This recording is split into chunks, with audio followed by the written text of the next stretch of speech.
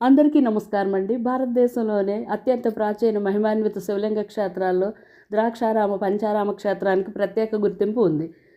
అష్టాదశ శక్తి పీఠాల్లో ఒకటైన మాణిక్యాంబ అమ్మవారితో పాటు 14 అడుగులు ఎత్తైన ఆత్మలింగం ఇక్కడ ప్రత్యేకతలు. దక్షిణ భారతదేశంలోని పురాణాల ప్రకారం సతీదేవి శరీరం అష్టాదశ పీఠాలుగా పిలువబడే 18 ప్రదేశాల్లో పడిపోయింది. వాటిల్లో సతీదేవి ఎడమ చెంప భాగం పడిన ప్రదేశం మాణిక్యాదేవికి సంబంధించిన ప్రదేశంగా ద్రాక్షారామంలోని శక్తిపీఠం 12వదని స్కంద పురాణంలో ఉంది. ద్రాక్షారామం ఆంధ్రప్రదేశ్లోని కాకినాడకు 28 కిలోమీటర్ల దూరంలో ఉంది. ద్రాక్షారామ మహిమాన్విత శక్తిపీఠాలతో పాటు ఒకప్పుడు దక్షుడు బృహస్పతి యాగం చేసినప్పుడు అందరినీ ఆహ్వానించిన కూతురు అల్లుడిని పిలవలేదు. కారణం, దక్షిణ కుమార్తె అయిన సతీదేవి తండ్రి మాటకు విరుద్ధంగా పెళ్లి చేసుకున్నందుకు పిలవకపోయినా శివుడు వారించిన ప్రమదగణాలను వెంట పెట్టుకుని యాగానికి వెళుతుంది సతీదేవి. అక్కడ తండ్రి చేసిన శివనింద అవమానాన్ని సహించలేని ఆమె యోగాగ్నిలో భస్మమైంది. ఆగ్రహించిన శివుడు తన గణాలతో యాగశాలను ధ్వంసం చేసి సతీ వియోగ దుఃఖం తీరిన శివుడు ఆమె శరీరాన్ని అంటిపెట్టుకుని ఉండి తన కార్యాలన్నిటినీ మానివేసిన కారణంగా దేవతల ప్రార్థనలు మన్నించి విష్ణువు సుదర్శన చక్రంతో ఆమె దేహాన్ని ఖండాలుగా చేసి శివుడిని కార్యోన్ముఖుడిని చేశాడు. సతీదేవి శరీరాల భాగాలు పడిన స్థలాలు శక్తిపీఠాలుగా ముఖ్యంగా తంత్ర సాధకులకు ఆరాధనా స్థలాలు అయినాయి.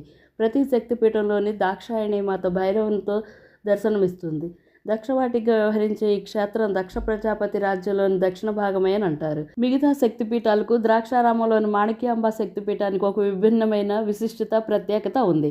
అన్ని శక్తిపీఠాల్లో అమ్మవారి విగ్రహం ఒకచోట, శ్రీచక్ర యంత్రం మరో చోట ఉంటాయి. కానీ ద్రాక్షారామంలో మాణిక్యాదేవి శ్రీచక్ర యంత్రంపై ప్రతిష్ఠించడం వల్ల అమ్మవారికి శ్రీచక్రానికి ఏకకాలంలో పూజలు నిర్వహిస్తారు. శరన్నవరాత్రి మహోత్సవాలు ఘనంగా నిర్వహిస్తారు. శ్రీచక్ర యంత్రంపై అమ్మవారు ప్రతిష్ఠించడం వల్ల ప్రత్యేక అవతార రూప అలంకరణలు ఉండవు.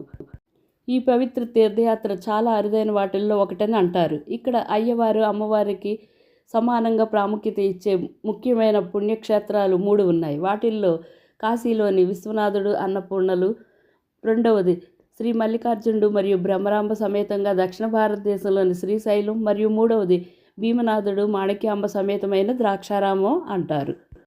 ప్రతి నెల ఏకాదశి తిథిలోని భీమశంకరుడు మాణిక్యాంబలకు ఏకాంత సేవలు, శృంగార ప్రేమ కథల గురించి పూజారులు 8 శ్లోకాలు పాడతారు. శుక్రవారం మాణిక్యాదేవిని పూజించడాన్ని ముఖ్యమైన రోజులని చెప్తారు. ఆలయంలోని మాణిక్యాంబాదేవి ఎడమవైపు చూస్తున్నట్లుగా ఉంటారు. అమ్మవారికి జరిగే పూజలు కూడా ఎడమవైపే ఉంటాయి. ఇలా ఈ అమ్మవారికి సంబంధించి 3 కథలు కూడా ఉన్నాయి. మొదటిది, ఒక బ్రాహ్మణ వితంతు తన కుమార్తె మరణించిందని గుర్తు చేసుకోవడానికి ఆమెను బంగారు విగ్రహంతో తయారు చేసింది. కొంత సమయానికి విగ్రహానికి మాట్లాడే